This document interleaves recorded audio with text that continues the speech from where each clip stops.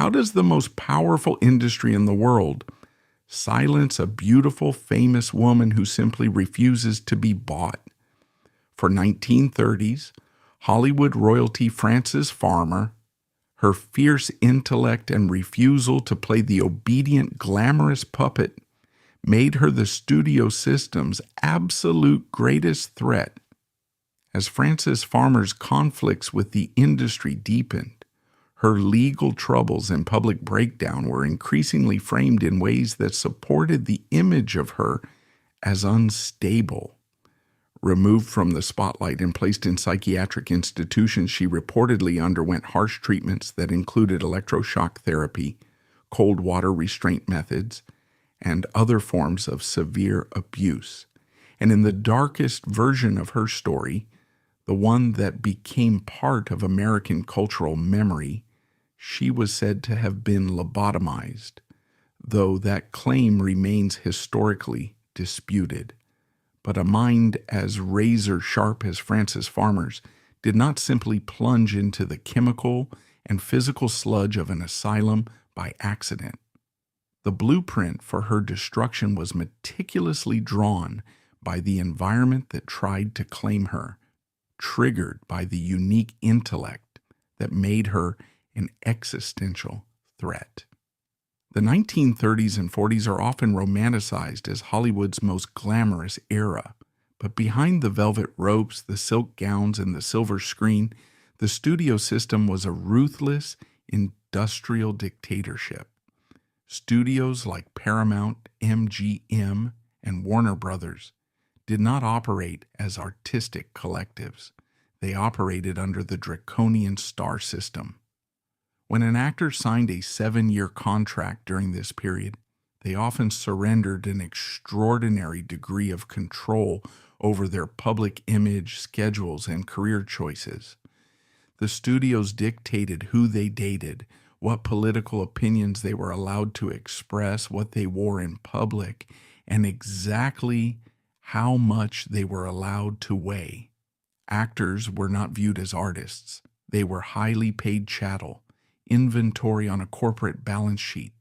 They were expected to make multiple films a year under punishing schedules, sometimes with the aid of stimulants that were widely normalized in the industry, while also maintaining demanding public appearances.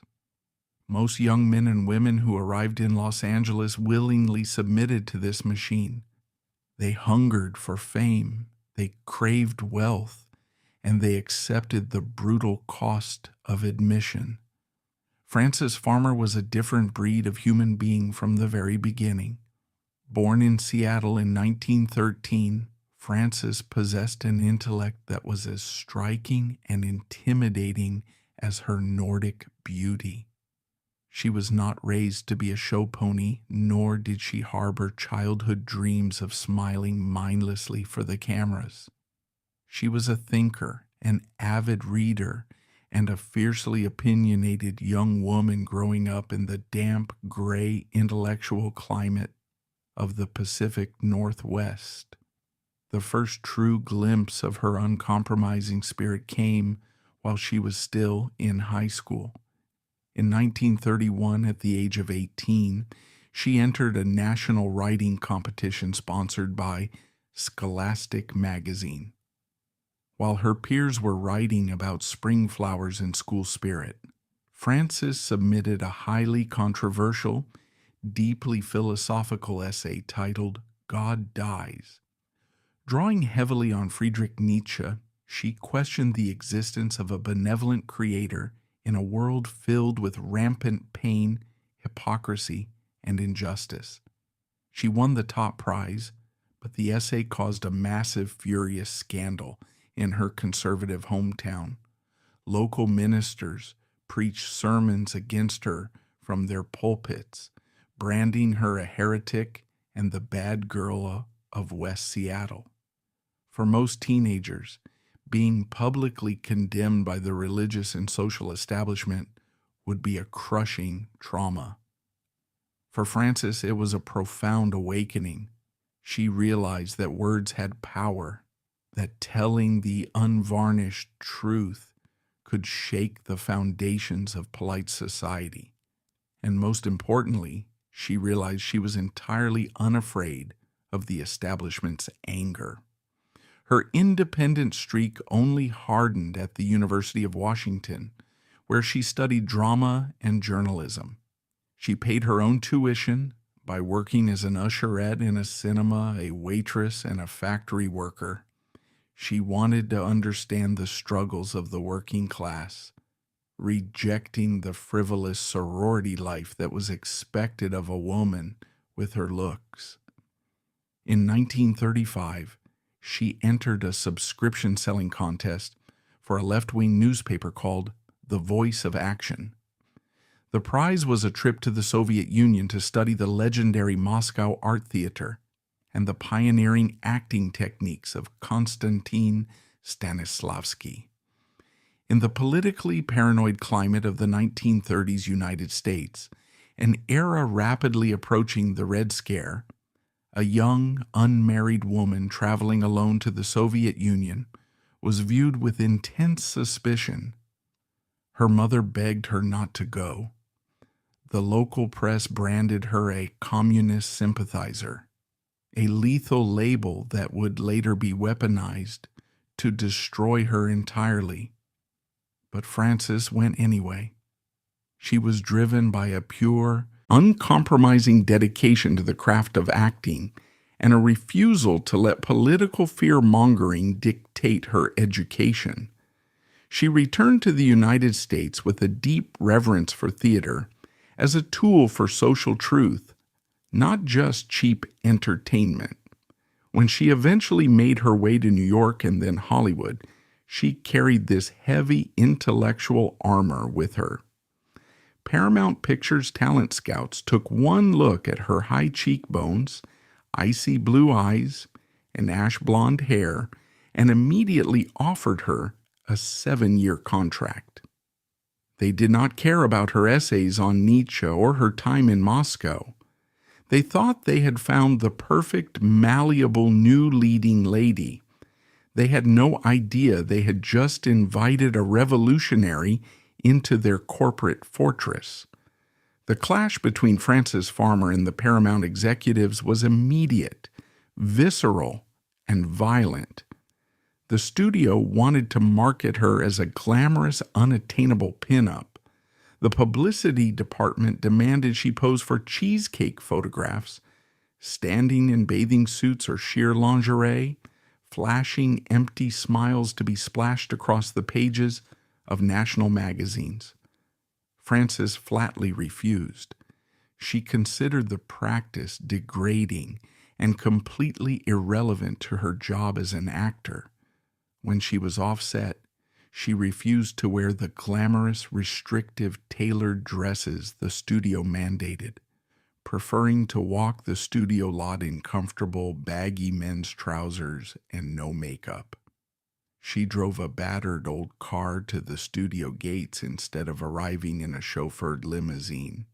She refused to attend the lavish, drunken industry parties where young actresses were expected to flatter the male executives and wealthy financiers who funded the films. Most dangerously of all, she demanded script approval. Frances wanted to be a serious actress. She wanted to tackle complex, flawed human characters. Instead, Paramount handed her terrible scripts for B-movies, expecting her to simply stand in the lighting and look beautiful while reciting wooden dialogue. She argued fiercely with directors. She challenged the producers. She openly and articulately expressed her disdain for the superficiality and artistic bankruptcy of the Hollywood elite in interviews. In the mahogany boardrooms of Paramount Pictures, Frances Farmer was very quickly reclassified. She was no longer seen as a highly profitable asset. She was a liability. She was too smart, too stubborn, and far too vocal. In an era where women were expected to be seen, consumed, and otherwise silent, her pride was viewed as an existential threat to the studio's mechanism of control. If one star was allowed to dictate her own terms, to refuse the PR machine, and to reject the casting couch culture of the parties, others might follow. The executives realized she was a wild horse that needed to be broken, and the studio system had a very specific, very ruthless method for breaking its horses. The first phase of her destruction was psychological and professional warfare. The studio and the press increasingly helped shape a public image of Frances as difficult, unstable, and ungrateful. They leaked fabricated and exaggerated stories to the compliant Hollywood gossip columnists, portraying Frances as difficult, unstable, and ungrateful. They assigned her to punishing, relentless work schedules on the most mediocre films they could find, attempting to exhaust her physically and demoralize her artistically. Seeking a desperate escape from the suffocating, toxic grip of Los Angeles, Frances fled back to New York in 1937 to work with the Group Theater. This was a highly respected collective of stage actors and playwrights dedicated to gritty, socially relevant art. Here, Frances felt she had finally found her artistic home and her intellectual equals. But she also found Clifford Odets. Odets was the most celebrated playwright of his generation, the golden boy of the American theater, and a married man who pursued Frances with relentless poetic intensity. They engaged in a passionate, turbulent affair. Odets used her as his ultimate muse, casting her in the leading role of his new play Golden Boy, and promising her repeatedly that he would leave his wife so they could be together. Frances gave him everything, her talent, her heart, and her fragile trust. But when the play became a massive, career-defining success for Odets, he abruptly and cowardly ended the relationship, sending his wife a telegram that he was coming home, leaving Frances entirely alone in New York. The betrayal devastated her. It broke her heart and permanently fractured her trust in the artistic community she had so deeply idolized. Emotionally shattered, grieving, and contractually trapped, she was forced to return to Hollywood to fulfill her obligations to Paramount. But she returned a fundamentally changed woman. The bright fire of her rebellion had turned into a dark, self-destructive blaze. She began to drink heavily to cope with the profound depression of her heartbreak and the crushing, banal demands of the studio factory. She began using amphetamines to keep her weight down and her energy up for the grueling shooting schedules. A dangerous, volatile chemical cocktail that the studios themselves often supplied and encouraged their stars to take. Paramount appears to have done little to help as her personal and professional life deteriorated. They knew it was only a matter of time before the pressure cracked her. They didn't need to fire her. They just needed to wait for her to give them the excuse they needed to destroy her completely. The tragedy of Frances Farmer's early years in Hollywood is the tragedy of a brilliant mind trapped in an industry that only valued compliance. Her rebellion was not born of malice or mental illness. It was born of a profound artistic integrity that the studio bosses simply could not comprehend, and therefore deeply feared. They could not buy her with mansions, and they could not silence her with threats of bad press. In the rigid hierarchy of 1940s Los Angeles, a woman who cannot be bought and cannot be silenced is a woman who must be eradicated. The studio had set the stage. They had isolated her, exhausted her, and watched her turn to alcohol to numb the pain of a broken heart and a broken career. The trap was laid. All they needed was a single spark to ignite the final devastating phase of her punishment. And on a dark highway in Santa Monica, Frances Farmer was about to provide that spark, stepping blindly from the gilded cage of the studio lot straight into the iron jaws of the American legal and psychiatric system. The trap that the Hollywood studio system had so meticulously set for Frances Farmer did not snap shut in a boardroom. It closed on a dark, tense stretch of the Pacific Coast Highway on the 19th of October, 1942, to Undi. Understand the sheer absurdity of the charges that would ultimately cost Frances her freedom, her mind, and her life. We must look at the atmosphere of Los Angeles during the Second World War. The west coast of the United States was gripped by a profound, almost hysterical paranoia regarding an imminent naval attack. Strict dim-out regulations were enforced across coastal cities. Citizens were required to drive with their headlights taped to mere slits to avoid silhouetting ships against the ocean for enemy submarines. Frances Farmer, exhausted from punishing studio schedules, self-medicating with alcohol and amphetamines, and deeply apathetic to the rules of a society she despised, was driving her car through Santa Monica with her headlights blazing on full beam. A local police officer pulled her over. In the established ecosystem of 1940s Hollywood, this was a highly choreographed routine. When a major movie star was stopped for a traffic violation, or even for driving under the influence, they knew exactly how to play the game. They would smile, perhaps shed a tear, offer an autograph, and respectfully ask the officer to contact the studio's fixer. Every major studio had a department dedicated entirely to covering up the crimes and indiscretions of their stars, paying off police officers and judges to ensure that the talent never saw the inside of a jail cell. The system was designed to protect the compliant. But Frances Farmer was not compliant. When the officer approached her vehicle, she did not smile. She did not beg for special treatment. She was angry, deeply intoxicated, and fiercely defiant. When the officer demanded to see her driver's license, she reportedly argued with him, insulted his intelligence, and refused to play the submissive, terrified starlet. She was promptly arrested and taken to the Santa Monica police station. When she was booked, the desk sergeant asked for her occupation. Frances, with a heavy, bitter cynicism, did not say, "motion pictures, actress." She looked the officer in the eye and stated her occupation as drunk. It was an act of profound self-destructive honesty, but the police and the studio executives did not care about her honesty. They saw an opportunity.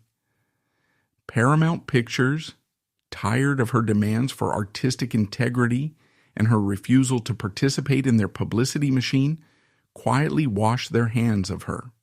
The fixers were ordered to stand down. Frances was going to be made an example of. She was handed a 180-day suspended sentence and put on probation. For a woman spiraling into a deep, unmedicated depression, probation was an impossible tightrope. Just a few months later, in January 1943, she was accused of violating that probation by failing to report to her officer and allegedly getting into a physical altercation with a studio hairdresser. A warrant was issued for her arrest. The police did not send a single officer to politely request her presence. Police entered her room at the Knickerbocker Hotel in Hollywood to arrest her on a probation violation warrant. When she refused to open the door, they used a pass key, burst into her private sanctuary, and found her naked in her bed. They did not allow her the dignity of dressing privately. They forced her to dress in front of them, dragging her out of the hotel and throwing her into the back of a police cruiser. The courtroom scene that unfolded the following morning is one of the most tragic, widely misunderstood events in Hollywood history. The press had been tipped off, and the courtroom was packed with reporters and photographers, their flash bulbs popping aggressively, capturing every moment of her humiliation. Frances was brought before the judge unwashed, her hair tangled, wearing the same clothes she had been arrested in. She appeared in court in a condition that made any meaningful defense almost impossible. The judge treated her not as a citizen with constitutional rights, but as a petulant child who needed to be publicly scolded. He spoke to her with a dripping, patronizing condescension, asking her if she had been drinking, if she understood the gravity of her situation, and if she was ready to behave. Frances Farmer, a woman who had studied philosophy, who had traveled to Moscow, who had starred on Broadway, was standing in a kangaroo court being mocked by a man who represented the very authority she despised. The sheer injustice of the spectacle broke the final dam of her self-control. She demanded to use a telephone to call an attorney. The judge refused. She demanded her civil rights. The judge ignored her. Driven into a corner, stripped of her dignity, and treated like an animal in a cage, Frances reacted the only way a cornered animal can. She fought back. She picked up a heavy glass inkwell from a nearby desk and hurled it directly at the judge. It missed his head, smashing against the woodwork.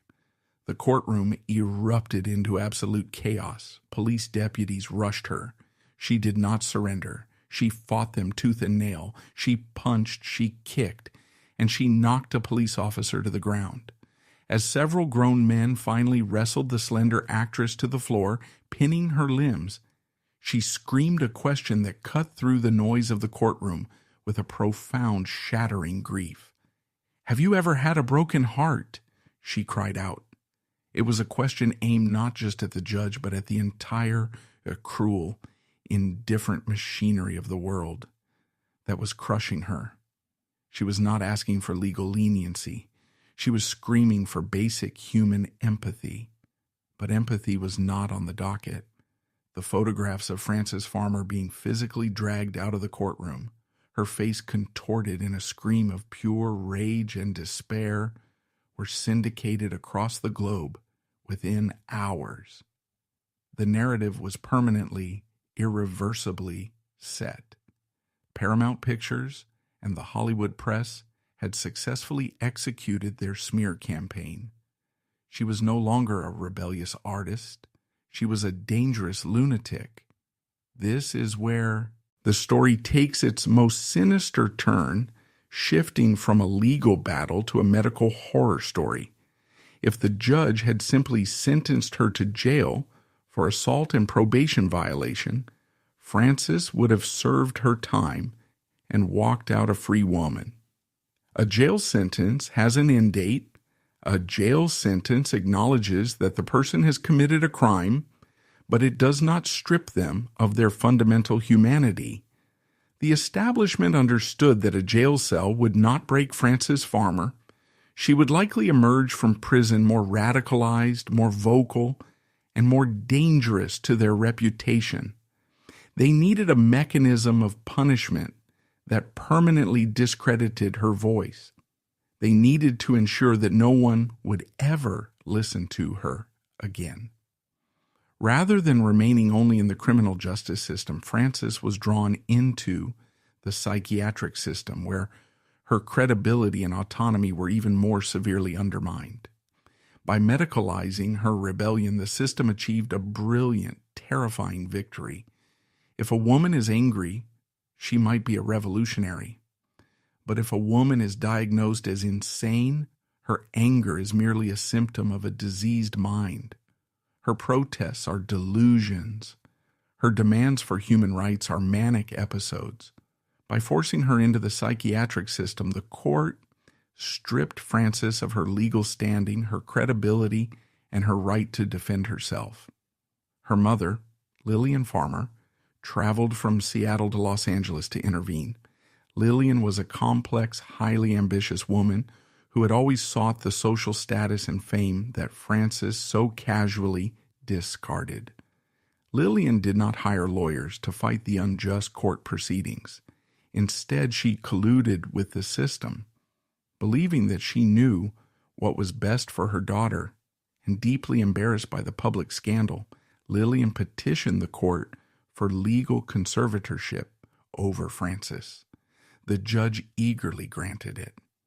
At 29 years old, a financially independent, highly intelligent woman was legally reduced to the status of an infant.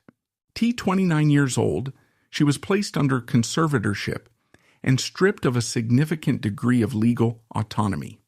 Frances was initially transferred to the Kimball Sanitarium in La Crescenta, a private facility nestled in the hills of Los Angeles. This was the beginning of her exposure to the brutal, experimental landscape of mid-century psychiatry. In the 1940s, the psychiatric establishment operated with zero ethical oversight.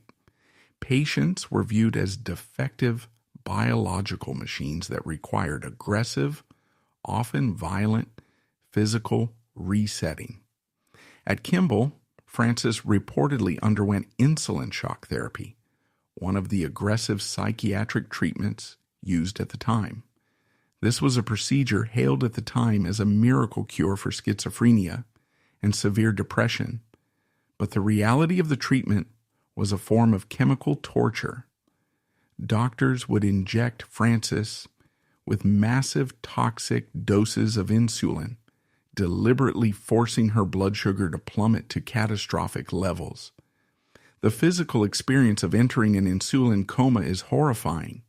Frances would begin to sweat profusely, her heart racing as her body panicked, starved of the glucose required to keep the brain alive. She would experience intense ravenous hunger, followed by severe confusion, hallucinations, and overwhelming terror. Finally, as her brain began to shut down to protect itself, she would suffer violent bone-rattling grand mal seizures. Orderlies would have to physically hold her down to prevent her from biting through her own tongue or fracturing her spine during the convulsions. She would plunge into a deep coma, hovering on the precipice of brain death for an hour or more. The doctors would then revive her by forcing a rubber tube down her throat and pumping her stomach full of a thick, sugary syrup, or by injecting glucose directly into her veins. When she awoke, she would be disoriented, nauseous, and profoundly exhausted, her short-term memory wiped clean. The medical theory was that the sheer shock to the system would somehow reorganize her disordered thoughts.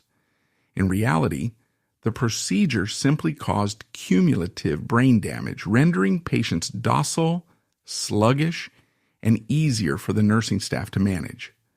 After several months of this torment, Frances managed a desperate, daring escape. During a brief moment of unsupervised time in the sanitarium grounds, she climbed a fence, ran into the surrounding hills, and managed to hitchhike to the home of her half-sister. She begged for sanctuary. She told her sister about the needles, the seizures, and the absolute horror of the locked wards. But there was no sanctuary for a woman who had been legally classified as insane. Her sister, terrified of the authorities and convinced by the doctors that Frances was a danger to herself, called the police. Frances was dragged back to the sanitarium, kicking and screaming, her brief taste of freedom ending in a tighter, more secure confinement. The Kimball Sanitarium was a private facility, and the funds eventually ran dry. Paramount was not paying her bills, and her mother could not afford the exorbitant costs of private psychiatric care. Lillian Farmer, still holding absolute legal authority over her daughter, made the decision that would seal Frances's doom. She packed her daughter's belongings, signed the transfer papers, and had Frances committed to the public asylum system in their home state of Washington. The transition from a private Los Angeles clinic to a state-run mental hospital marked the end of Frances Farmer's life as a human being and the beginning of her existence as a biological specimen. She was placed on a train heading north, accompanied by psychiatric attendants, moving further and further away from the bright lights of Hollywood and into a darkness so profound, so utterly devoid of human compassion, that it defies modern comprehension. She was heading to Western State Hospital in Steilacoom, Washington. She was heading into the heart of the Slaughty, her house. The courtroom inkwell was the last true weapon Frances Farmer ever held in her hands. When she threw it at the judge, she was making a final desperate stand against a system that demanded her silence. She missed the judge, but the system did not miss her. The Hollywood executives who had profited off her beauty, the directors who had praised her talent, and the public who had worshipped her image all turned their backs simultaneously. The narrative had been successfully rewritten. The rebellious intellectual who quoted Nietzsche and demanded better scripts had been erased, replaced by the caricature of the screaming mad woman. By using the alibi of madness, the elite established a terrifying precedent. They proved that they did not need to assassinate their critics. They only needed to pathologize them. As the heavy iron doors of Western State Hospital prepared to swing open and swallow her alive, Frances Farmer was about to learn that the punishments of the legal system were merciful compared to the cures of the medical establishment. The Hollywood machine had broken her career. Now the doctors were preparing to break her mind. The heavy iron doors of Western State Hospital in Steilacoom, Washington, did not simply close behind Frances Farmer. They sealed her inside a nightmare that defied the darkest imaginations of Hollywood scriptwriters. When she arrived at the facility in the spring of 1944, she was completely stripped of her identity.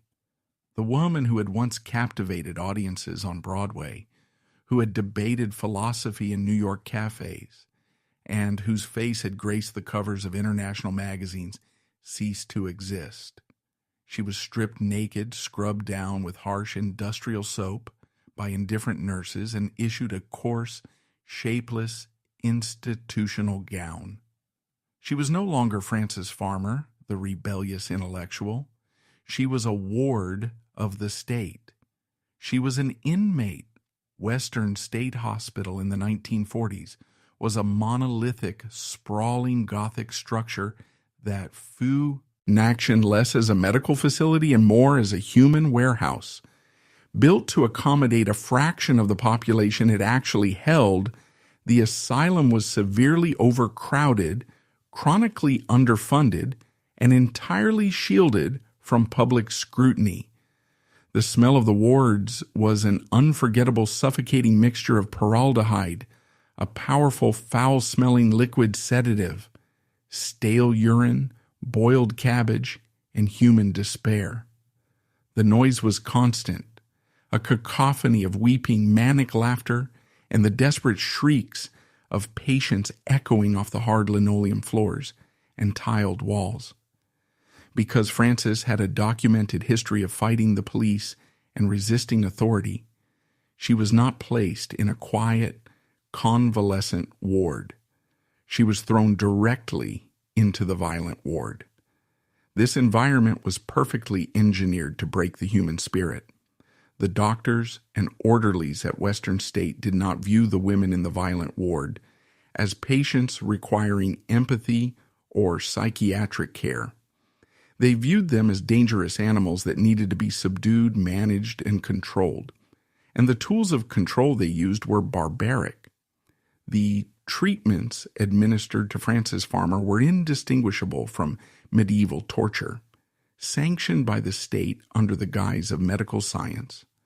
When Frances became agitated, or when she simply refused to comply with the rigid, dehumanizing rules of the ward, she was subjected to hydrotherapy. The term hydrotherapy sounds clinical and soothing, but the reality of the practice in a 1940s asylum was an exercise in absolute physical terror.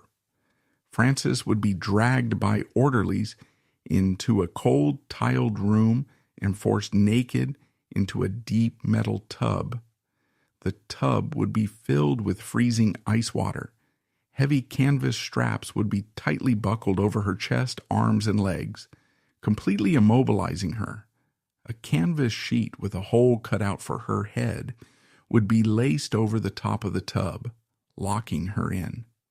She would be left in the freezing water for hours, sometimes up to half a day. The physiological response to extreme cold is violent and immediate. Her body would thrash against the restraints as she gasped for breath, her muscles cramping in agony. The doctors believed that the profound shock of the freezing water would draw blood away from the brain, thereby reducing manic energy. In truth, it simply pushed the patient into a state of hypothermic exhaustion. By the time Frances was unbuckled and hauled out of the tub, her skin was bruised and mottled blue, her teeth chattering so violently she could not speak, and her mind was entirely numb. It was not a cure, it was a physical subjugation. But hydrotherapy was merely the baseline of her punishment. When the ice baths failed to extinguish the fiery core of her rebellion, the hospital escalated to electroconvulsive therapy, ECT. Today, ECT is a highly regulated, precise procedure performed under general anesthesia with muscle relaxants. In the 1940s, it was a blunt, terrifying weapon. There was no anesthesia. There were no muscle relaxants. Frances would be marched into a treatment room alongside dozens of other terrified women, forced to wait in a line and watch as the patients ahead of her were electrocuted. When it was her turn, she would be lifted onto a table. Orderlies would physically pin her shoulders and legs down with their body weight. A thick rubber mouthguard would be forced between her teeth to prevent her from biting off her own tongue. Electrodes, coated in a conductive gel, were clamped to her temples. The doctor would turn a dial on a rudimentary metal box, sending between 70 to 120 volts of raw, unregulated alternating current directly through her brain. The electrical shock induced an immediate massive grand mal seizure. Frances's body would instantly rigidify, her back arching violently off the table, her muscles contracting with such extreme unnatural force that it was common for patients to fracture their own spines, snap their collarbones, or shatter their teeth during the convulsions. The electricity effectively triggered a localized artificial brainstorm, scrambling her neural pathways. When she regained consciousness, she would be lying in a recovery room, often having soiled herself during the seizure. The psychological aftermath of unmitigated ECT is profound. Frances would wake up entirely disoriented, unable to remember her own name, her location, or why her body was in excruciating pain. Her memories, the lines of Shakespeare she had memorized, the faces of her friends in New York, the layout of her childhood home, were systematically burned away, layer by layer, shock by shock.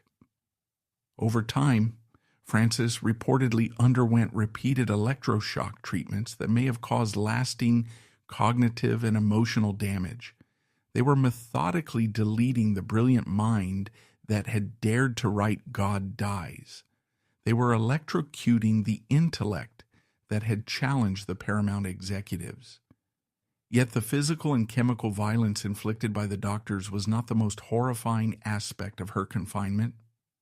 The deepest, most unforgivable betrayal occurred in the dark, unsupervised hours of the night shift, perpetrated by the very people employed to guard her. According to her posthumous autobiography, Will There Really Be a Morning?, Western State Hospital was a porous facility plagued by systemic corruption. The asylum was located dangerously close to Fort Lewis, a massive U.S. military installation. Frances detailed a reality so grim it borders on the unbelievable, yet it aligns perfectly with the horrific documented history of institutional abuse against powerless women. In some later accounts, including highly controversial autobiographical material, Frances described sexual abuse and corruption inside the institution. These claims remain among the most disturbing and difficult parts of her story. Frances Farmer, the woman who had fiercely protected her bodily autonomy in Hollywood, who had flatly refused to sleep with studio executives for leading roles, and who had rejected the casting couch culture of the elite, was now entirely defenseless. She was heavily sedated, strapped to a bed, and locked in a cell. In controversial later accounts, Frances described repeated sexual abuse during her confinement, alleging that institutional staff either enabled it or failed to stop it. The profound, sickening irony of her situation cannot be overstated. Hollywood had demanded that she commodify her body for their films and their parties. When she refused, they colluded with the legal system to declare her insane. And the state, having taken absolute ownership of her life, threw her into a black site where her body was commodified in the most degrading, violent, and literal way possible. The punishment for refusing to be a glamorous object in Los Angeles was to be reduced to a piece of meat in a Washington asylum. Through years of this unimaginable hell, the ice water, the electricity, the sexual violence, the starvation diets, and the isolation, the system waited for Frances Farmer to finally break. They waited for her to become the docile, vacant shell they required. But Frances possessed an innate, terrifying resilience. The system could fracture her memory, they could abuse her body, but they could not entirely extinguish her underlying anger. In rare moments of lucidity between the ECT sessions, the old Frances would surface. She would curse at the nurses. She would fight the orderlies. She would demand to see a lawyer. She still recognized the fundamental injustice of her captivity, and she refused to go quietly into the dark. For the psychiatric establishment, this lingering spark of rebellion was unacceptable. Standard torture had failed to cure her insubordination. The ice baths and the shock machines had damaged her, but they had not destroyed her core. The hospital administrators, consulting with her mother Lillian, who remained her legal guardian, and who stubbornly refused to acknowledge the horrors occurring inside the hospital, decided that a permanent surgical solution was required. They needed to physically sever the part of her brain that allowed her to think, to feel, and to fight back. They needed the ultimate weapon in the arsenal of mid-century psychiatry. Her story eventually became entangled with the most controversial symbol of mid-century psychiatry, Dr. Walter Freeman and the transorbital lobotomy. The violent ward of Western State Hospital was the physical manifestation of society's hatred for a disobedient woman. It was a place designed to crush the human spirit, operating under the terrifying, unassailable authority of medical science. Frances Farmer endured a crucible of suffering that would have shattered the minds of the men who put her there in a matter of days. Her survival through years of electrocution and abuse is a testament to the staggering strength of her will. But her strength was precisely what doomed her. In the twisted logic of the asylum, resilience was a symptom of disease because the system could not convince her to surrender to her autonomy, and because they could not beat it out of her, they made the chilling decision to surgically cut it out. The next phase of her story entered the most controversial territory of all, the question of lobotomy, the The final irreversible punishment for the rebel of Hollywood was about to commence, and the executioner was a doctor armed with a mallet. By the late 1940s, Western State Hospital had exhausted its arsenal of conventional psychiatric torture on Frances Farmer. The freezing canvas restraints of the hydrotherapy tubs had not broken her. The chemical terror of insulin shock comas had damaged her memory, but not her spirit. The hundreds of unanesthetized electroconvulsive therapy sessions had fractured her spine and shattered her teeth. Yet in the quiet, bruised moments between the violence, the defiant spark of the woman who had challenged Paramount Pictures still flickered Shea. He remained fundamentally a problem. She was a ward of the state who refused to accept the state's absolute authority over her mind. The hospital administrators, dealing with severely overcrowded wards and limited resources, did not view this lingering resilience as a triumph of the human will. They viewed it as a chronic, incurable symptom of her disease. They needed a permanent solution to quiet the rebellious intellect that had made her a star and subsequently an inmate. They needed to eradicate her personality entirely. To understand the nightmare that was about to unfold, one must understand the man who provided the medical establishment with its ultimate weapon of social control. His name was Dr. Walter Freeman. Freeman was not a trained surgeon. He was a neurologist and a psychiatrist with the theatrical flair of a carnival barker and the terrifying, unshakable conviction of a zealot. In an era when psychiatric hospitals were overflowing with traumatized soldiers returning from the Second World War and women who did not conform to rigid post-war domestic ideals, Freeman offered a brutally simple assembly line solution. He was the great American evangelist of the transorbital lobotomy. Freeman believed with a chilling simplicity that severe mental illness and rebellious, agitated behavior were caused by an overactive emotional center in the brain. His proposed cure was not to resolve the underlying trauma, but to physically sever the connections between the prefrontal cortex, the area of the brain responsible for complex thought, personality, foresight, and independence, and the thalamus, the emotional center. By severing these neural pathways, you did not cure the patient's anxiety or anger. You simply amputated their ability to care about it. You removed the biological mechanism that allowed a human being to rebel. His method for achieving this was an act of medical barbarism that is almost impossible to reconcile with the mid-20th century. Freeman had adapted the procedure from an earlier, more complex Portuguese surgery, streamlining it so it could be performed without a sterile operating theater, without a surgeon, and, horrifyingly, without general anesthesia. Freeman would travel across the country in a van he crassly dubbed the lobotomobile, visiting overcrowded state asylums like a touring rock star of psychiatry. Local doctors would gather in amphitheaters to watch him work. The procedure was brutally fast, designed for mass application. The patient would be wheeled into the room and strapped down.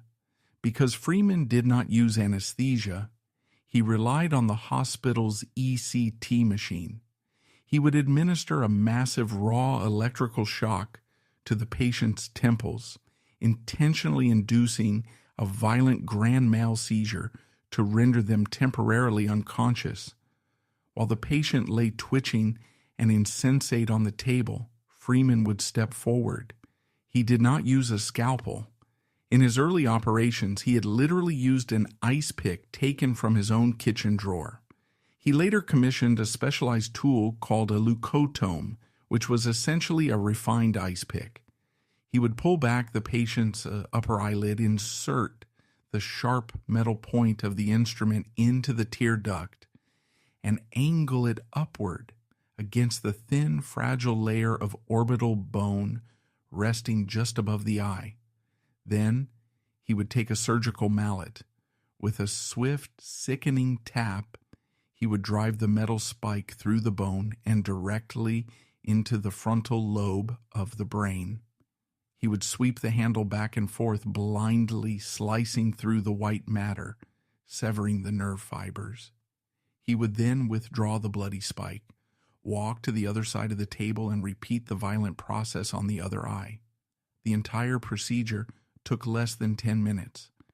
The patient would wake up with 2 black eyes, a severe headache, and a permanent, irreversible void where their personality used to be. They were instantly transformed from difficult, agitated human beings into docile, apathetic drones who could be easily managed by the nursing staff or sent home to sit quietly in a corner for the rest of their lives. Freeman considered this a resounding medical success. It was into this macabre, terrifying medical landscape that Frances Farmer was pushed.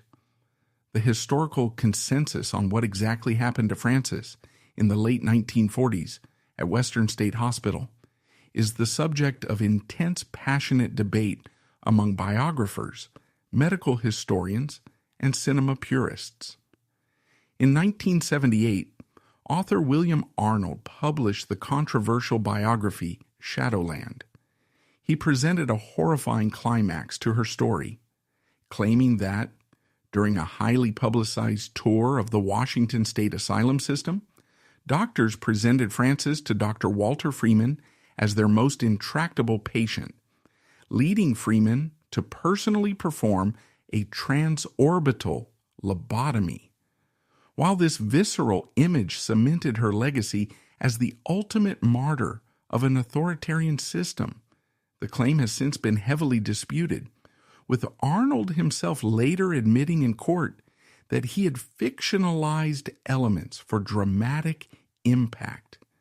This specific visceral image, the brilliant, beautiful Frances Farmer being lobotomized by the infamous Dr. Freeman, became cultural bedrock.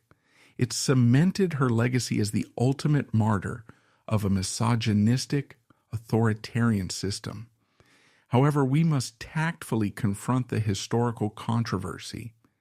In the decades following the publication of Shadowland, Arnold's specific claim regarding the Freeman lobotomy was fiercely contested.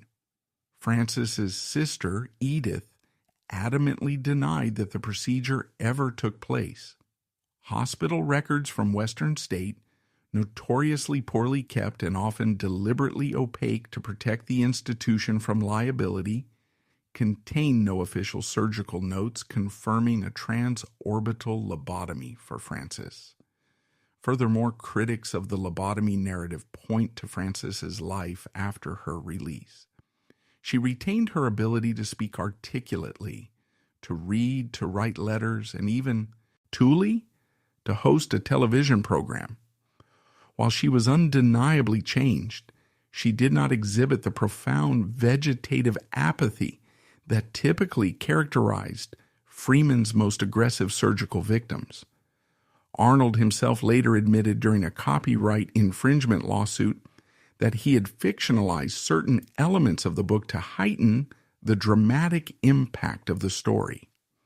But to dismiss the destruction of Frances Farmer simply because the physical presence of the ice pick is historically disputed is to miss the terrifying overarching truth of her tragedy. It does not matter if a steel spike literally pierced her orbital bone. The distinction between a surgical lobotomy and a systemic lobotomy is purely academic to the victim.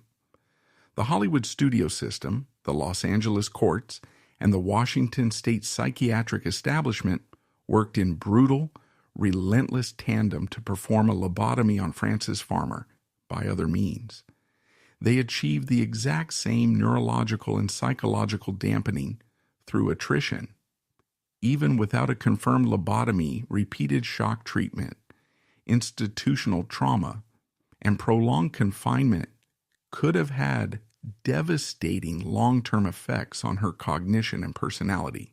Hundreds of unanesthetized electrical currents sent tearing through her brain over 5 years caused cumulative catastrophic damage to her neural pathways.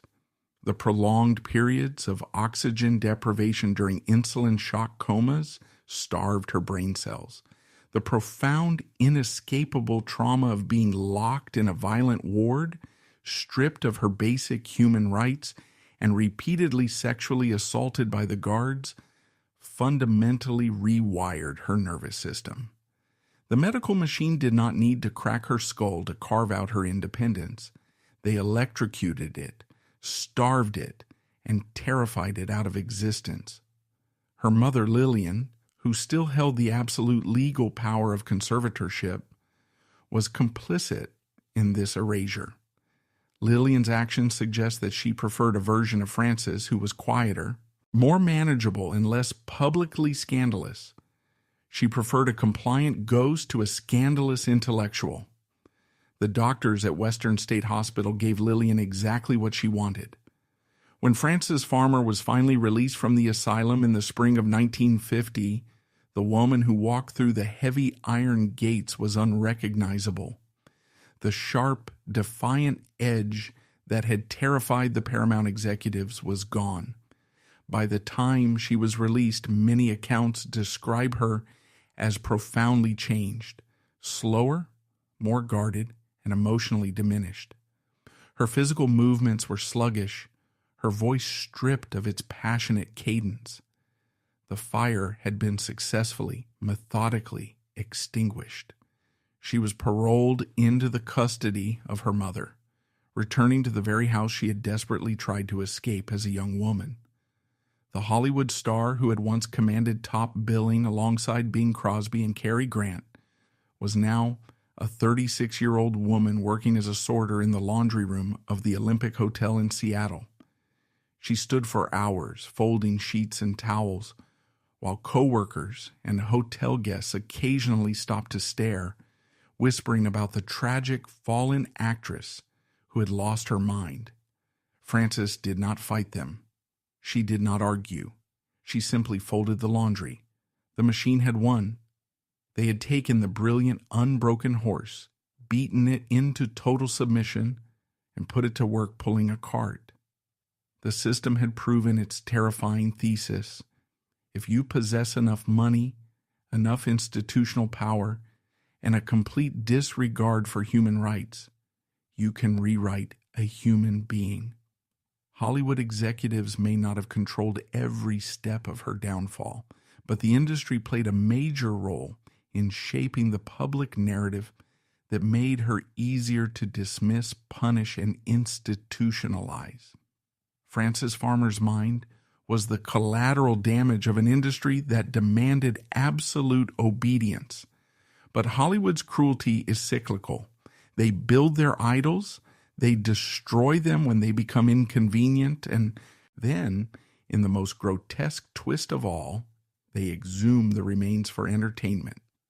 The studios had disposed of Frances, but the emerging powerhouse of national television was about to realize that there was still money to be extracted from her shattered image. The ghost of Frances Farmer was about to be dragged back into the spotlight, not to act, but to serve as a televised warning to the entire nation. The debate over the physical ice pick obscures the true horror of Western State Hospital.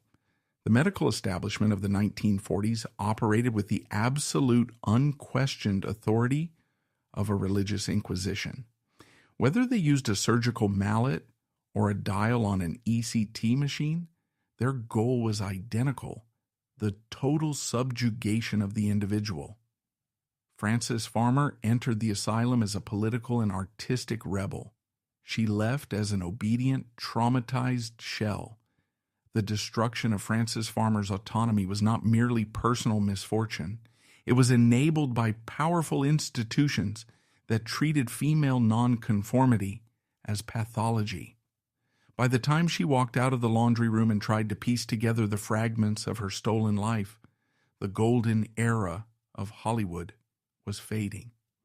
But the elite who had orchestrated her downfall remained untouched, their reputations pristine, their power secure.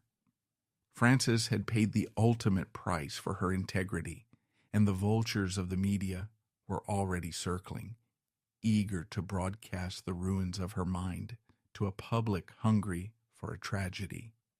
When a human being is fundamentally broken by a system, the return to normal society is rarely a moment of cinematic triumph.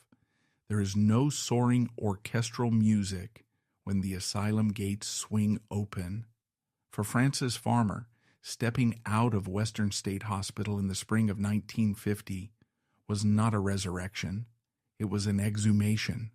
She had spent 5 years in a facility designed to strip away every defining characteristic of her intellect, her autonomy, and her pride. She had survived freezing ice baths, hundreds of unanesthetized, headest electroconvulsive shocks, insulin comas, and the daily grinding degradation of the violent ward.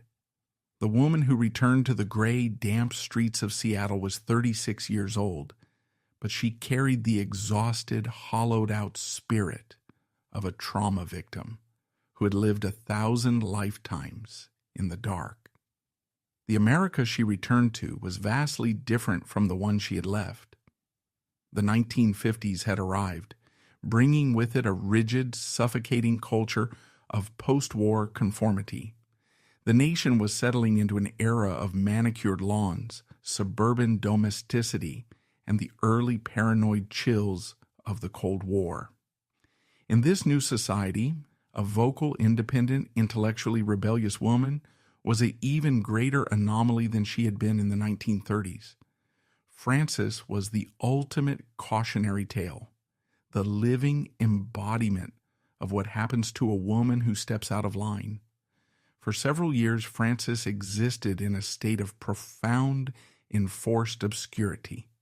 She was legally paroled into the custody of her mother, Lillian, the very woman who had orchestrated her confinement and who still held absolute conservatorship over her life.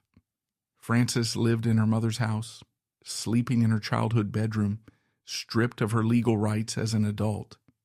She worked in the laundry room of the Olympic Hotel in Seattle, standing for hours sorting soiled sheets and towels. Coworkers and guests occasionally recognized the sharp, unmistakable bone structure beneath her tired face, whispering that the great Hollywood star was now a convicted lunatic folding their linens. Frances did not argue with them. She did not defend herself. The fire that had once driven her to demand script approval from the executives at Paramount had been successfully, systematically extinguished. Eventually, the courts restored her civil rights, determining that she was no longer a threat to herself or society. This legal victory allowed her to finally move out of her mother's shadow. She relocated to Eureka, California, seeking anonymity. She took a modest job as a receptionist and a typist at a photo studio. She married a local utility worker, an attempt to build a quiet, unremarkable life, but the marriage fractured and ended in divorce. The trauma of Western State was not something that could simply be filed away. It was a ghost that haunted her quietest moments. Yet the entertainment industry, the very machine that had colluded to destroy her, has a grotesque cyclical nature. Hollywood discards its idols when they become inconvenient, but it is always willing to exhume the remains if there is profit to be extracted. In the late 1950s, Frances married an independent television executive named Leland Mikesell. Mikesell recognized that the tragic mythology of Frances Farmer still held an intense, morbid fascination for the American public. He convinced her to return to the spotlight, orchestrating a comeback that would lead to one of the most deeply uncomfortable and exploitative moments in television history. In 1958, the producers of the immensely popular television program This Is Your Life decided that Frances Farmer would be their next subject. The premise of the show was to ambush a celebrity, bring them onto a live studio stage, and surprise them with figures from their past to celebrate their achievements and personal triumphs. For Frances, it was not a celebration. It was a televised national public execution of her dignity. Frances was brought to the studio under false pretenses. When the host, Ralph Edwards, approached her with the show's famous leather-bound book and announced, "Frances Farmer, this is your life," her face visibly dropped.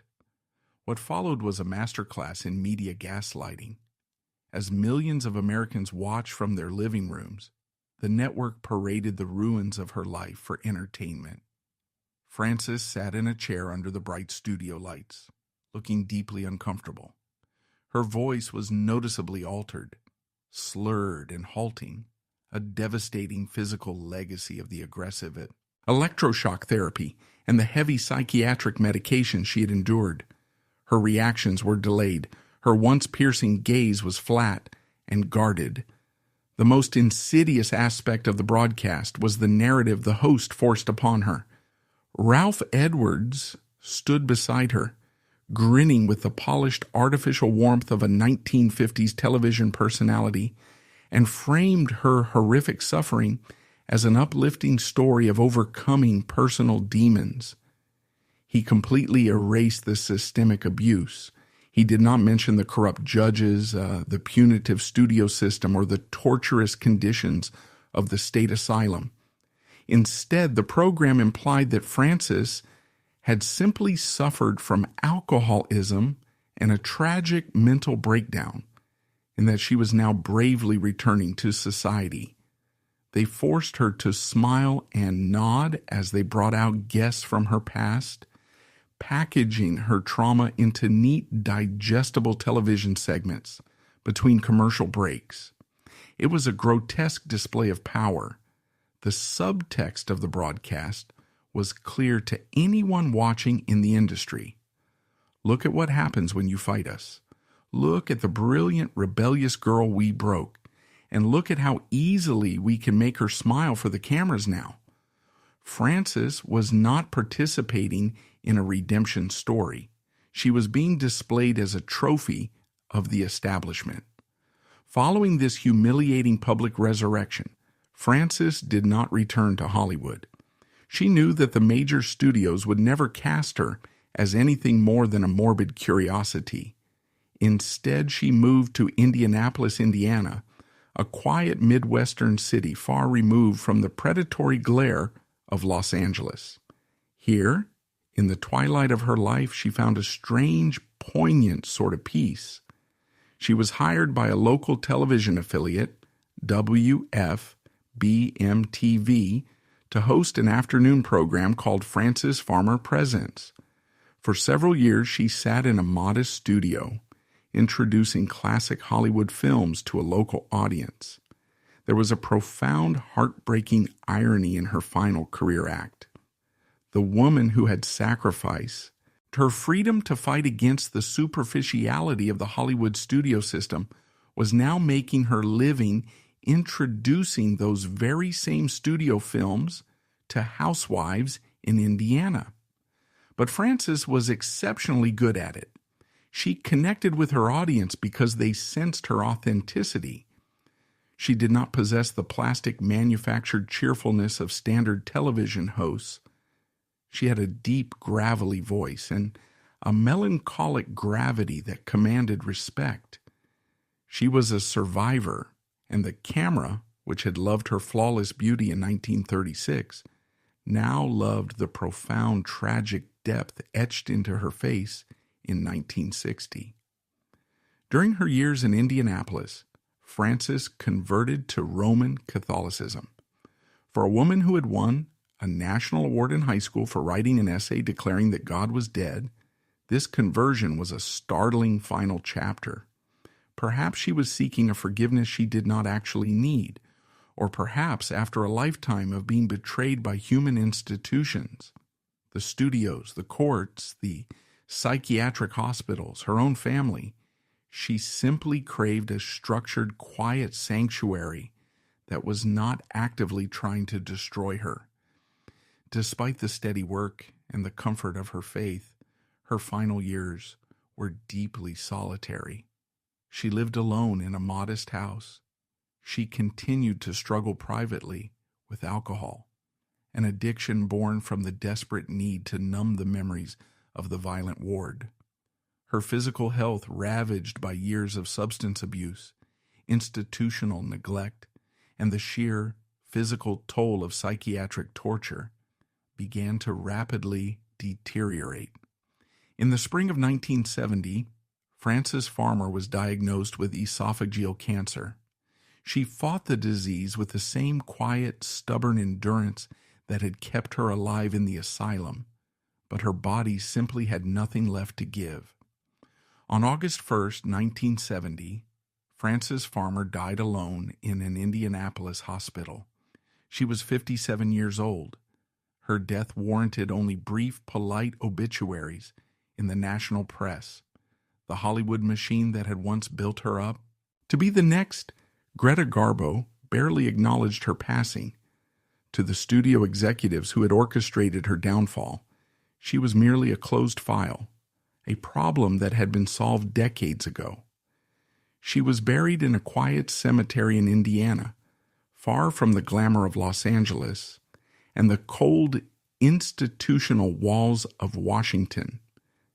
If the story of Frances Farmer had ended there, it would be a tragedy of absolute, unbroken despair. But history has a way of vindicating those who are destroyed for telling the truth. In the decades following her death, a profound cultural resurrection occurred. As society began to critically re-examine the history of the mid-20th century, the narrative surrounding Frances Farmer radically shifted. The publication of William Arnold's book Shadowland in 1978, despite its historical controversies regarding the physical ice pick, blew the lid off the systemic abuse she had suffered. In 1982, the actress Jessica Lange delivered a blistering Academy Award-nominated performance in the biographical film Frances, bringing the visceral horror of her story to a massive new generation. But the most culturally significant vindication came from the world of music. In the early 1990s, the grunge movement exploded out of Seattle, Frances's own hometown. The musicians of this era were fiercely anti-establishment, deeply suspicious of corporate media, and hypersensitive to the ways in which society destroys those who refuse to conform. Kurt Cobain, the frontman of Nirvana, became deeply obsessed with the story of Frances Farmer. He recognized a kindred spirit across time, an artist who possessed immense talent, but who was ultimately devoured by a corporate machine because she refused to be a compliant, packaged product. On Nirvana's 1993 album In Utero, Cobain wrote a song titled Frances Farmer Will Have Her Revenge on Seattle. The song was not just a tribute, it was a furious, howling indictment of the society that had tortured her. Through Cobain, the name Frances Farmer ceased to be a cautionary tale about madness. It became a permanent cultural touchstone for anti-establishment integrity. It became a symbol of the ultimate cost of artistic rebellion. When we look back at the life of Frances Farmer today, the lasting significance of her story is terrifyingly clear. Her tragedy exposes the darkest, most enduring alliance in modern society, the partnership between corporate power and institutional control to police human behavior. The Hollywood executives of the 1940s did not need to hire assassins to silence a difficult woman. They simply needed to leverage the patriarchal legal system and the unchecked arrogance of the medical establishment to declare her insane. Her story forces us to confront uncomfortable, enduring questions about how we view anger and intelligence, particularly in women. In the golden age of Hollywood, a woman's anger was not viewed as a valid, rational response to exploitation. It was immediately diagnosed as a pathology. If a woman demanded respect, she was hysterical. If she demanded artistic control, she was a megalomaniac. If she fought back against a corrupt police force, she was a lunatic. The elite used the scalpel, the shock machine, and the asylum to enforce a rigid social hierarchy. We look back at the continuous ice baths and the unanesthetized electroshock therapy with rightful modern horror. We comfortably assure ourselves that such barbarism belongs entirely to the past. But the core mechanism of Frances Farmer's destruction, the societal reflex to pathologize a woman's refusal to conform, remains deeply, uncomfortably relevant. We may no longer use ice picks to sever frontal lobes, but the media and the public still excel at labeling vocal, uncompromising, non-conforming women as crazy, difficult, or unstable, effectively discrediting their voices and isolating them from support. Frances Farmer's story suggests not simply a tale of madness, but of a fiercely intelligent woman whose distress and defiance were shaped, punished, and pathologized by powerful institutions. She was a brilliant, fiercely independent artist who was unfortunate enough to be born into an era that demanded absolute submission. She possessed an intellect and a pride that did not fit comfortably within an industry dominated by powerful men who expected compliance. She dared to challenge one of the most powerful entertainment systems in America, and the consequences of that conflict were devastating and long-lasting. The profound tragedy of her life is not merely the immense physical and psychological pain she endured. The true tragedy is what the world lost. We lost the performances she was never allowed to give. We lost the voice of a woman who saw through the artificial glamour of the studio system long before anyone else dared to speak it aloud. Behind the glossy veneer of Hollywood's golden age lies the shadow of institutions like Western State Hospital, reminding us of the human cost that could accompany fame, control, and public scandal. Frances Farmer's life is a masterclass in the brutality of conformity, and her hollowed-out, televised eyes stand as a lasting accusation against a system whose only true, unforgivable crime is the destruction of a free mind.